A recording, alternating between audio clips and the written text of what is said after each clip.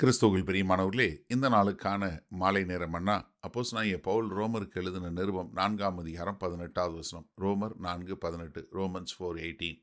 உன் சந்ததி இவ்வளவாய் இருக்கும் என்று சொல்லப்பட்டபடியே தான் அநேக ஜாதிகளுக்கு தகப்பனாவதை நம்புகிறதற்கு ஏதுவில்லாதிருந்தும் அதை நம்பிக்கையோடே விசுவாசித்தான்.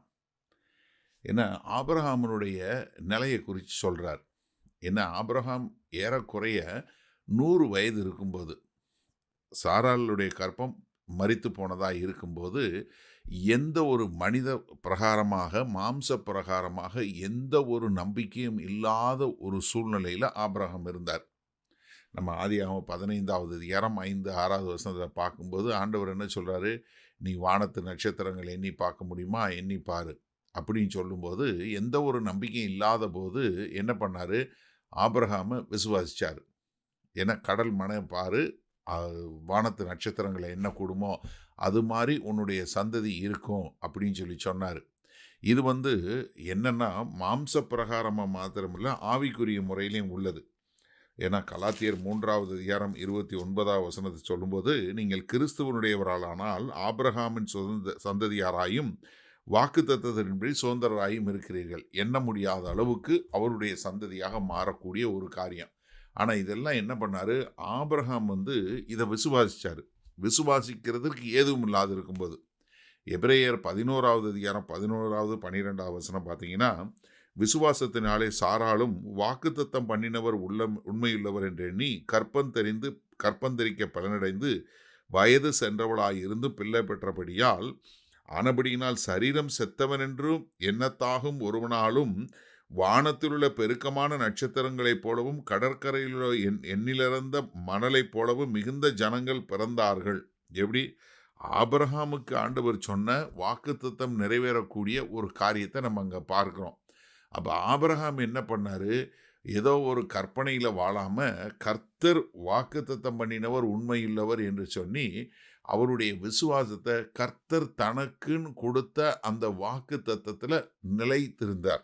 ஏன்னா அவர் காண முடியல. ரோமர் 8வது அதிகாரம் 24வது வசனத்தில் சொல்லும்போது, அந்த நம்பிக்கையினாலே நாம் ரட்சிக்கப்பட்டு இருக்கிறோம், காணப்படுகிறதை நம்புகிறது நம்பிக்கை இல்லை, ஒருவன் தான் காண்கிறதை நம்ப வேண்டியது என்ன. இப்போ ஆபிரகாம் சொன்னது அவரால் நம்ப முடியாத காரியம், ஆனாலும் அவர் நம்பி விசுவாசித்தார். காரணம் என்ன, கர்த்தருடைய வாக்குத்தத்தம். கர்த்தர் யாரு, என்னாகமம் 23:19 சொல்லும்போது, கர்த்தர் பொய் சொல்லுவதற்கு மனிதன் அல்லவே, அவர் மனமாற மனிதன் அல்லவே. அப்போ என்ன, கர்த்தருடைய வாக்குத்தத்தத்தை விசுவாசித்தாரு. அதனால நம்புவதற்கு ஒன்றுமே இல்லை அப்படிங்கிறது எதுவுமே இல்லாத இருக்கும்போது, கர்த்தருடைய வாக்குத்தத்தத்திலும் கர்த்தர் சொன்னதை செய்வாருன்னு கர்த்தர் மேலே உண்மையாய் உறுதியாய் பற்றி கொண்டு விசுவாசத்தில் இருந்தார். சரி, இந்த நாளில் இந்த வசனத்தை நம்ம எப்படி எடுத்துக்கொள்வது? நம்மளும் ஆபிரகாம் போல நம்மளுடைய சூழ்நிலைகள் எதுவுமே நம்புவதற்கு எந்த ஒரு வாய்ப்பும் இல்லை, நம்புவதற்கு எந்த ஒரு காரியமே இல்லாது இருக்கிற போது நாம் தேவன் பேரில் நம்பிக்கை வைக்கக்கூடிய மக்களாக இருக்கிறோமா? உங்களுடைய நம்பிக்கையை நங்குறோம் தேவனுடைய வார்த்தையிலும் தேவனுடைய வாக்குத்தத்தத்திலும் இருக்கா? ஏன்னா நம்ம வேத வசனத்தை வாசிக்கும்போது நம்மளுடைய கர்த்தர் கொடுத்த வாக்குத்தத்தத்தையும் கர்த்தர் மேலே நமக்கு நம்பிக்கையை கொண்டு போய் சேர்க்கணுமே ஒழிய எதில் கொண்டு போய் சேர்க்கக்கூடாது, பயத்தில் கொண்டு போய் சேர்க்கக்கூடாது. அப்போ நீங்கள் சிந்தித்து பாருங்கள், ஆபிரகாமுடைய வாழ்க்கையில் ஒன்றுமே இல்லை, நம்புறதுக்கு ஒன்றுமே இல்லை. ஏன்னா அவருடைய 75வது வயதில் கர்த்தர் ஒரு வாக்கு கொடுக்குறாரு. அடுத்து 24 வருஷம் ஒன்றுமே இல்லை. அவர் 99 வயசு, 24 வருஷம் கழித்து மறுபடியும் ஆண்டவர் சொல்லும் போதும் அப்பவும் விசுவாசத்தோடு இருந்து அதை நிறைவேற்றக்கூடிய ஒரு காரியம். இப்போ நீங்கள் யோசிச்சு பாருங்கள், உங்களுக்கு ஆபிரகாம் போல அப்படிப்பட்ட ஒரு எண்டூரிங் ஃபெய்த்துன்னு சொல்லுவாங்க இல்லையா, எது நடந்தாலும் கர்த்தர் மேலே விசுவாசமாக கர்த்தரை பற்றி கொண்டு உங்கள் விசுவாசத்தில் போராடக்கூடிய மக்களாக இருக்கிறீங்களா? ஏன்னா நமக்கு ஒரு வித்தியாசம் தெரியணும். என்ன, உலக பிரகாரமான நம்பிக்கைக்கும் வேத வசனத்தில் உள்ள நம்பிக்கைக்கும் என்ன காரணம்? உலக பிரகாரம் நம்பிக்கை என்னவா இருக்குது, ஒரு வேளை இது நடக்கும், இது நடந்தால் நல்லா இருக்கும் அப்படின்னு நினைக்கக்கூடியது. ஆனால் வேத வசனத்தில் உள்ள நம்பிக்கை என்ன தெரியுமா? அது தேவனுடைய வார்த்தையை கெட்டியாக பிடித்து கொள்ளக்கூடிய ஒரு நங்கூரம் அவ்வளோ பெரிய கப்பலை என்ன செய்து ஒரு சிறு நங்கூரம் பிடித்து கொள்ளுகிறது அல்லவா?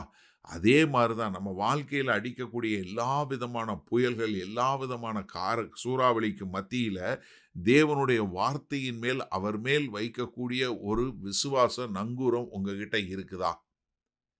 அப்ப ஆபிரகாமை பார்த்து நாமும் இம்பாசிபிள் பாசிபிளாக முடியும் என்று சொல்லி விசுவாசிப்போமா? மகா கிருபையும் இரக்கம் நிறைந்த எங்கள் அன்பின் தகப்பனே, இந்த உலக பிரகாரமான நம்பிக்கையோ இல்லை ஒரு விஷுவல் திங்கிங்கோ இல்லாமல் எங்களுடைய நம்பிக்கை உம்முடைய வார்த்தையின் மீதும் உம்மீதும் இருக்கக்கூடியதாய் எங்களுடைய விசுவாசம் அதில் நங்கூரமாய் இருக்க எங்களை ஒப்புக் கொடுக்கிறோம். மீட்பெரும் இரட்சகரும் ஆகிய இயேசு கிறிஸ்துவின் மூலம் பிதாவே, ஆமேன். கர்த்தர் உங்களை ஆசீர்வதிப்பாராக. நாம் நாளை காலை தினசரி தியானத்தில் சந்திப்போம். Good night.